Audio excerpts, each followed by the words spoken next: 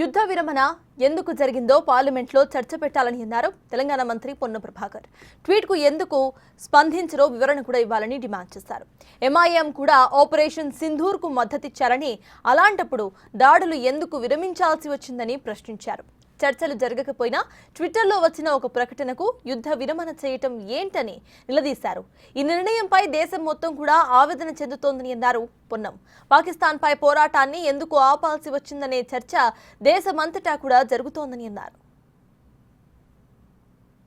ఏ ప్రభుత్వాన్ని విమర్శిస్తలేను, కానీ ప్రజల యొక్క ఆవేదన, మనం ఊచకోతకు గురై మనం దయాది దేశాన్ని కట్టడి చేసే అంశం లోపల మాటలకే పరిమితమైన చర్యలు ఒక ట్విట్టర్ తోటి ఆగిపోయినాయింది అనేటువంటి ఒక ఆవేదన ప్రజల్లో కనబడతా ఉంది. చిన్నపిల్లలు అనుకుంటే స్టాచ్యూ అనగానే ఎట్లయితే నిలిచిపోతామో అట్లా నిలిచిపోవడం దేశ ప్రజలందరినీ కలిసి వేసింది. ఇలా జరుగుతున్న పరిణామాలు దేశ ప్రజలందరినీ కూడా అవమానపరిచే దిశలో ఉన్నాయనేటువంటి మాట.